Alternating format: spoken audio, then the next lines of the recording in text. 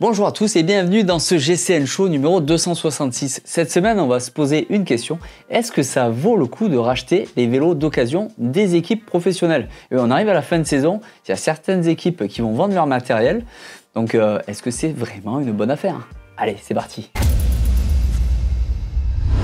Bon, pourquoi ça fait rêver de racheter le vélo d'une équipe pro? Bon, clairement, c'est le summum de la technologie, le vélo le plus haut de gamme qu'on puisse avoir sur le marché, peut-être même avec des options qui ne sont pas disponibles dans le commerce. Donc, acheter le vélo d'un pro, c'est un peu acheter la part d'un mythe. C'est le vélo, le cyclisme, c'est un des seuls sports où on peut vraiment acheter le même matériel que les pros et où les équipes même revendent le matériel à la fin de l'année.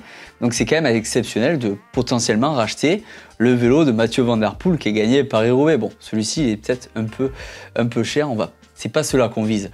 Mais voilà, ça peut être des vélos iconiques qui ont marqué l'histoire, des vélos collector qui deviendront collector dans le futur. Et dans tous les cas, technologiquement, c'est le vélo le plus abouti de l'année. C'est un vélo qui va avoir une transmission des plus hauts de gamme, qui avec un réglage micrométrique des vitesses. C'est ce qui se fait le mieux, c'est ce qui va freiner le plus fort, les vitesses vont passer le plus vite. C'est le vélo qui aura un rendement incroyable. Sur certains vélos, c'est pas exactement les mêmes carbones et pour certains coureurs, donc peut-être que ça va être un vélo qui va être renforcé au niveau de la boîte de pédalier pour retransmettre encore plus de puissance, comme les vélos des sprinters. Donc, acheter le vélo d'une équipe pro, c'est vraiment avoir un bijou technologique à la maison et c'est incroyable. En plus de ça, suivant à qui a appartenu le vélo, pour quelles raisons l'équipe le vend, peut-être que c'est un changement de sponsor notamment, ou peut-être que c'est juste un vélo qui est un peu usé ou complètement usé par un coureur, mais dans tous les cas, il y a peut-être des bonnes affaires à faire. Lorsqu'une équipe change de marque de vélo, elle se débarrasse d'absolument tous les vélos et ça peut être vraiment une affaire incroyable. Ensuite vient un deuxième problème. Où trouver ces vélos pour les acheter d'occasion? Là, c'est un peu plus compliqué et suivant les équipes, c'est assez spécifique. On sait qu'on a déjà vu des équipes comme la FDJ, comme la Visma Lease Bike, ouvrir des entrepôts avec des prix de fou, tout le matériel dedans, les tenues, les casques, des groupes, des vélos et tout mettre en braderie, une braderie, on va dire, haut de gamme, exceptionnelle. Ça fait rêver, clairement. C'est pas pour tous les budgets, mais on peut y trouver sûrement des très très bonnes affaires. Pour d'autres équipes, c'est souvent du bouche à oreille, les mécaniciens qui s'occupent de la revente. C'est très rare qu'on en trouve sur internet, mais certaines marques comme Canyon les vendent sur leur outlet de temps en temps. Encore une fois, c'est quand même assez rare. Mais voilà, connaître un peu du monde, un peu les tuyaux et profiter, être à l'affût un peu de la communication de chaque équipe, voir s'ils font pas des ventes privées ou des ventes dans des hangars. Ça peut être la meilleure des solutions. Bon, par contre, lorsqu'on rachète le vélo d'une équipe pro, d'un coureur pro, là, il faut faire un peu attention. Pourquoi? Parce que déjà, un vélo aussi exigeant ne peut pas convenir à tout le monde. Et oui, lorsqu'on prend un Colnago V5 RS ou un Y1 RS ayant appartenu à Pogacar, il faut pouvoir rouler de la même façon que Pogacar. Le problème, c'est qu'à l'heure actuelle, il n'y a personne au monde qui est capable de rouler de la même façon que Pogacar. Donc voilà, ce que je veux dire, c'est que les équipements et les vélos sont vraiment conçus pour une utilisation au plus haut niveau. C'est les meilleurs coureurs du monde qui roulent avec. Donc le vélo va être le meilleur du monde pour rouler avec. Mais pour un amateur, même un amateur plus, c'est peut-être un peu trop rigide, un peu trop excessif au niveau, je pense, à la taille du vélo, les écarts entre potence et tige de selle. C'est peut-être trop excessif, trop coursier pour le commun du mortel. Et ça, c'est vraiment délicat. De plus, il faut penser aussi à l'usure du vélo. Bon, clairement, le vélo de Mathieu Van Der Poel qui a fait Paris-Roubaix, il est fantastique à avoir à la maison. En plus, c'était le modèle spécial avec la peinture, avec les contraintes Canyon et tout. Seul problème, c'est que le vélo, il a roulé à 45 à l'heure dans des pavés pendant 6 heures. Et ça laisse des traces. Ça, c'est un simple exemple. Mais un vélo d'occasion d'un pro qui lui sert de vélo d'entraînement, c'est 30 000 km. 30 000 km, bien sûr, les équipes vont changer les périphériques et vous allez avoir un vélo, j'allais dire, avec les câbles et les patins de frein neufs. Donc voilà, les consommables seront changés, la chaîne sera changée. Mais c'est quand même un vélo qui a quand même beaucoup servi pour un peu que le coureur allait garder 2 saisons, parce que clairement, hein, un coureur en entraînement, c'est pas très important pour lui d'avoir le meilleur matériel du monde. Il peut avoir un vélo d'occasion qui a peut-être 2 ans, donc potentiellement 60 000 km. Donc voilà, attention à l'usure des vélos, attention lorsque le vélo a été accidenté plusieurs fois à l'état du vélo, parce que on le sait, sur le carbone, une fissure en interne ne va pas forcément se voir. Donc voilà, un vélo qui a chuté plusieurs fois à haute vitesse, il peut être abîmé. Bon, même si les équipes les contrôlent, hein, mais dans tous les cas, ça ne correspond pas à un vélo neuf avec une garantie de 2 ans, voilà, ou une garantie à vie sur le cadre. C'est un vélo qui a servi et dans des conditions extrêmes. Attention aussi aux tailles douteuses. Et oui, un vélo qui est marqué comme ayant appartenu à Mark Cavendish, s'il est en taille XL, inquiétez-vous. Il peut y avoir aussi des arnaques, clairement, sur les vélos des coureurs pour faire grimper la cote du vélo en question, le vendre un peu plus cher. Donc ça, voilà, il faut faire attention. Et aussi, cette année, on peut déplorer, il y a eu pas mal de vols sur les épreuves du World Tour. Je pense à Cofidis, je pense aussi à Visma Lease Bike. Ils se sont fait voler beaucoup de vélos. Ces vélos reviennent à un moment ou un autre sur le marché d'occasion, peut-être par d'autres pays aussi. Ce sont des organisations internationales qui, du grand banditisme peut-être, je sais pas, bon, dans tous les cas des voleurs avertis qui peuvent voler ce genre de vélos et qui peuvent essayer de les revendre par la suite. Donc attention aux arnaques et aux vélos qui ne viennent pas de sources sûres, quoi. Acheter un vélo volé, c'est quand même alimenter ce commerce et en plus vous êtes potentiellement redevable devant la justice. Donc attention de ce côté-là aussi. Donc est-ce que c'est vraiment un bon plan d'acheter un vélo d'occasion d'une équipe pro? Oui, oui, si vous l'achetez à un bon prix, car clairement c'est un vélo exceptionnel, c'est un vélo qui a une histoire et c'est un vélo qui va vous pousser à aller rouler. Vous allez pouvoir généralement l'adapter plus ou moins à vos côtes, vous allez pouvoir mettre des pneus peut-être un peu plus solides et confortables, parce que bon, le matériel du professionnel c'est tellement sensible et performant, tellement light on va dire, que forcément c'est pas le plus fiable pour nous en tant qu'amateurs. Mais voilà, c'est avoir une pièce d'exception.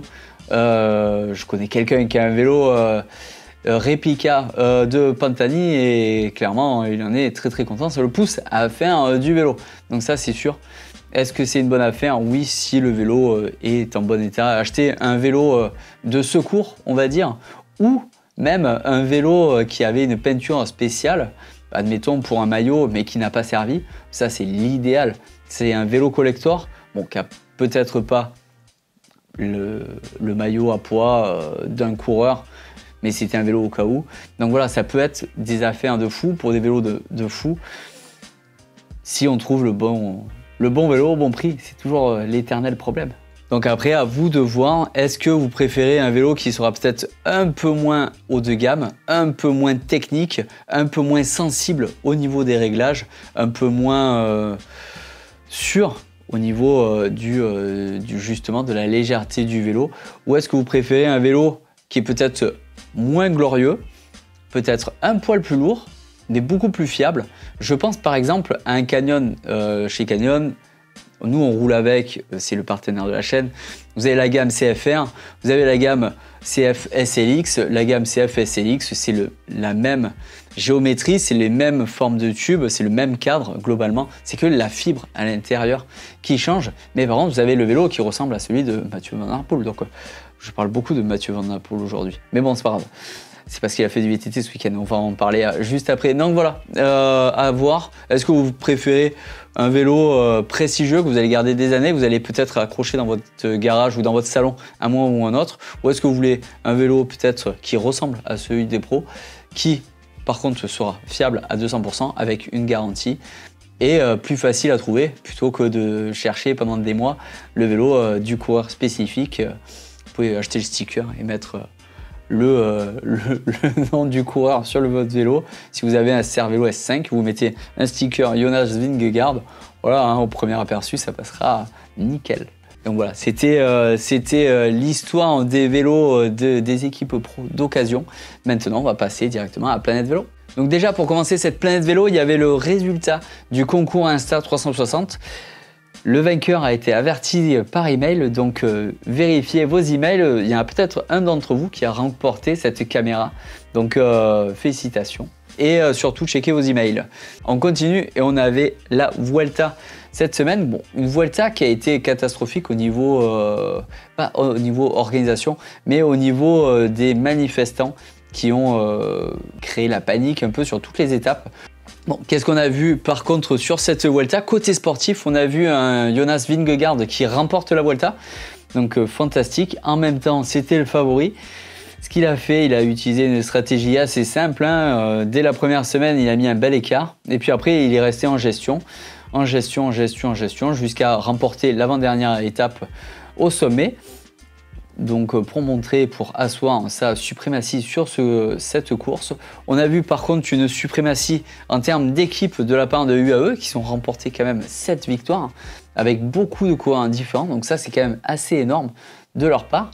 On a vu une très belle bataille pour le maillot blanc entre Mathieu Riccitello et Pellizzari qui a perdu le maillot blanc justement sur l'avant-dernière étape. Donc peut-être qu'il a payé un peu les efforts qu'il a fait pour son leader, Jay Hindley de la Red Bull Bora. Donc au classement, on a donc Jonas Vingegaard devant Joao Almeida qui fait un très beau Tour d'Espagne et Tom Pidcock qui continue dans sa transformation pour devenir un coureur de classement général. Il finit à une très belle 3e place. C'est pas mal.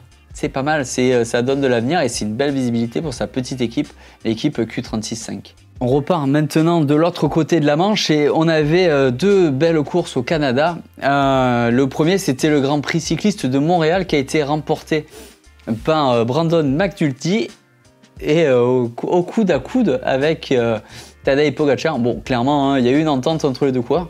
Tadej Pogacar l'a laissé gagner. Dans tous les cas, c'est un magnifique doublé de UAE devant Quinn Simmons, le champion d'Amérique de la Lidl Trek, évidemment. Et on continue au Canada il y avait le Grand Prix de Québec.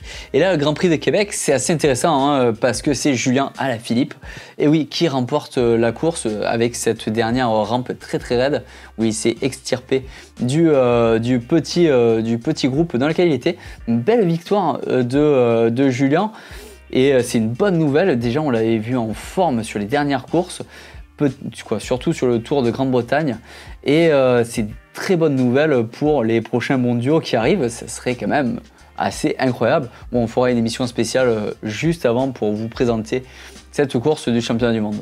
On passe maintenant chez les femmes avec le Tour cycliste international de l'Ardèche qui a été remporté par Trinka Colonel Monica. Maëva Skiban prend une belle 3e place. C'est encore une fois une régularité incroyable de la Bretonne. Maintenant, dernier résultat pour cette semaine, et c'est Mathieu Van Der Poel qui était sur le championnat du monde de XC olympique, donc de VTT cross-country. Et malheureusement, après un très bon départ, il ne partait pas en première ligne, hein, vu que c'est par rapport au classement UCI VTT. Donc il partait un peu plus loin, il était remonté dans le peloton de tête, clairement. Et malheureusement, il s'est un peu écroulé, il finit 29e. Donc, dans tous les cas, très belle victoire du Sud-Africain Alan Atterley, qui était déjà le champion du monde en titre et qui, avec une attaque magnifique, remporte la course. Victor Koreczki finit 3e de cette course avec une très très belle remontada.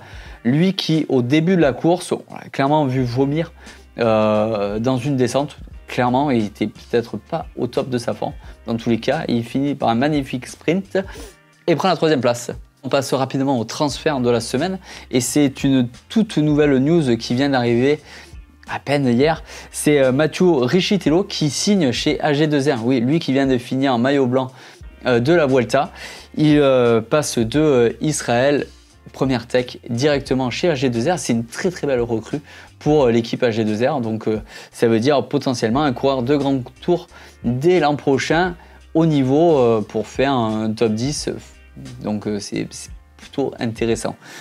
On a Juan Pedro Lopez qui était chez Lidl Trek qui signe à la Movistar cette semaine aussi. Et Théo Lévesque, le champion de France amateur, qui signe chez Total Energy. Donc voilà, c'était tout pour ce GCN Show avec pas mal de résultats, pas mal de news et surtout on a beaucoup parlé des pros. Dans tous les cas, avant de devenir pro, mercredi à 19h30, il y a GCN Ride sur Zwift. Attention, la saison redémarre. Vous savez, bientôt l'hiver qui arrive, donc on va tous se retrouver sur le Home Trainer. Donc déjà, on peut commencer mercredi à 19h30. Donc merci d'avoir regardé cette émission. Je vous dis à mardi prochain pour le prochain GCN Show. Ciao, ciao!